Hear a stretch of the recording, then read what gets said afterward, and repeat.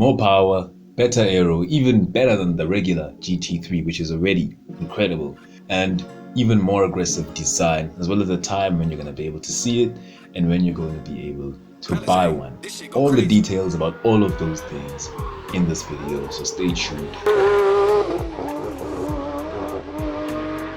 So let's not waste any time, let's get straight into it. So in terms of the drivetrain, it's a lot of speculation, but the only thing that we're sure of is that this car is going to come with a 4-liter naturally aspirated flat 6, and it's going to have a little bit more power and a little bit more torque perhaps than the current regular GT3.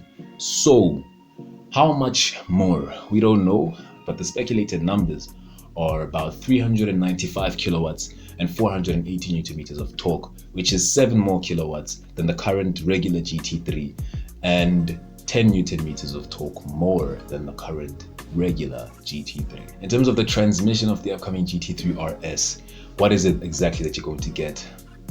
So some people, actually most people, said that this car is going to come with a PDK transmission, and you're only going to get it with a PDK transmission, which is, you know, what I also believe. I think is going to come with a PDK only because when you look at the 991.2 generation GT3 RS, it only comes with a PDK.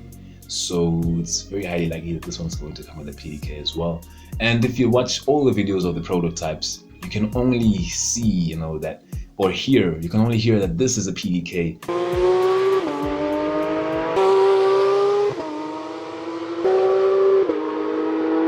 The people that are saying it's going to come with a manual, I don't know why. If you are one of those people, just comment down below and tell us why you think it's going to come with a manual. But for now, I think it's safer to say that this GT3 RS, the 992, is going to only be available with a PDK transmission.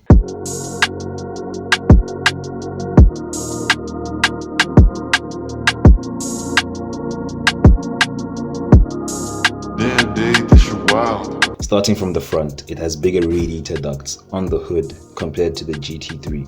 The front wheel arcs are noticeably wider, and it's got a double bubble roof. There are vents on top of the front wheel arch that relieve pressure from the front wheel wells. There is more ventilation on the side as well for the front wheel wells. The side skirts are more aggressive than those on the regular GT3. Moving on to the rear, the car looks wider at the back too, with the air intakes hidden. The RS has a bigger wing than the regular GT3, and this one has 2 elements, and it is held up by swan neck struts for cleaner air under the wing to optimize downforce.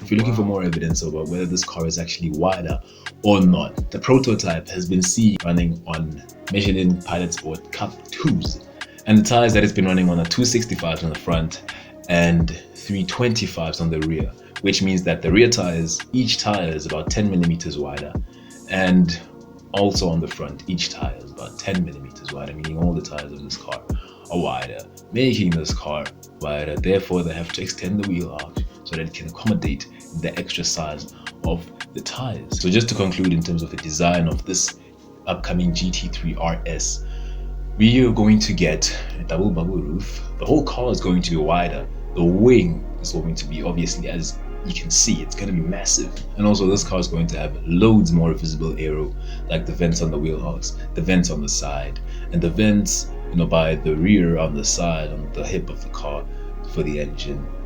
And yeah, you're also going to get packages like the YSAC package, which is going to give you different wheels. But Porsche, you always ask yourself, how are they going to improve?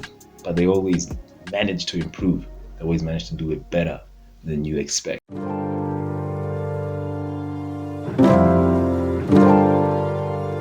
Let's start off with the intakes on the front. So those intakes on the front, sort of air curtains, they are there to cool the brakes of the car. They're there to cool the brakes, and they're also there to relieve the air pressure from the front of the car while the car is driving fast.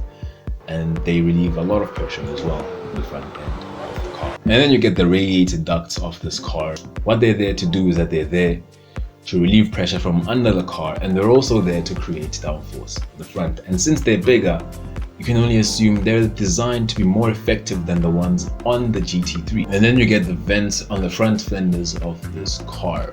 Well, these vents are there to relieve pressure from the front wheel wells to reduce the lift on the front end of this car so that the car can have more grip on the front end. And these vents are rumored to be active like the ones on the Mercedes AMG 1. And then we have the vent on the side of this car on the front, which is also seemingly there to relieve pressure from the front wheel wells of the car, to reduce lift yet again on the front end of this car. You can see that Porsche is going to great efforts to reduce as much pressure and as much lift as possible from the front wheel wells to keep the front end of this car as planted as possible. And couple that with the double wishbone suspension that this car is going to have. It's going to have a lot of grip, it's going to be very tight, which is an improvement from a car that's already incredible on the front end. And then we have the side skirt of the RS, which is wider than the one on the regular GT3. And what this does, it keeps the air under the car more effectively than the regular GT3, keeps it under the car, and it makes the airflow under the car smoother and tighter. So when we move on to the rear end, the wing is obviously noticeably bigger, way bigger than the regular GT3, and it's got two elements as well. So what you can see from this video that I'm going to show you right now,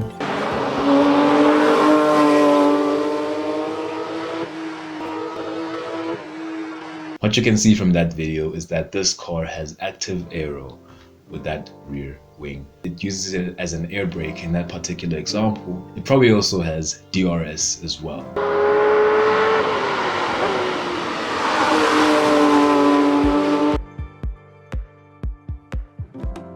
That wing is there, that active wing is going to work with all the other components on the front, the aero components on the front, to maximize the aerodynamic efficiency of this car. So in terms of performance, what can we expect when you look at this GT3 RS? Well, consider all the aero, everything that I just told you about. Top speed, I don't think anything is holding it back from matching up to the current GT3's 318 kilometers per hour. And in terms of 0 to 100, when you look at the 0 to 100 of the GT3 right now, the 992 GT3, it has a 0 to 100 time that is said by Porsche to be 3.4 seconds. Obviously, it could be quicker, but it's said to be 3.4 seconds. And then, obviously, the GT3 RS is going to be quicker. How much quicker? We're not sure. I'm expecting 3 seconds, perhaps 3.13 seconds. If I'm optimistic, maybe 2.9 seconds, 0 to 100.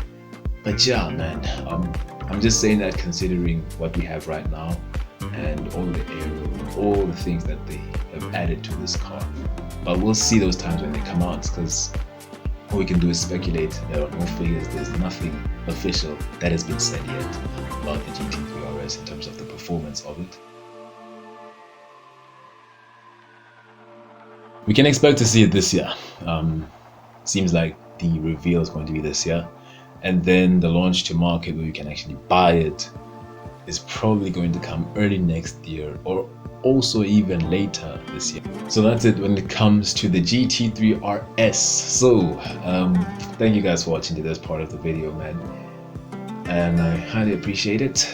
Guys, make sure you follow me on Instagram. When I put a link here somewhere, or I put it in the description below. I'm gonna put it in the description below. I'm gonna write my handle here somewhere though. Follow me on Instagram at JourneyMotoring. Please make sure you do that, because I'm over there, all the updates for this channel and everything happening over there. And also, if you watched to this part of the video, please comment down below with a blue heart. Make sure to follow me on Instagram. If you're not subscribed, subscribe if you like what you see. Thank you guys for watching. Cheers.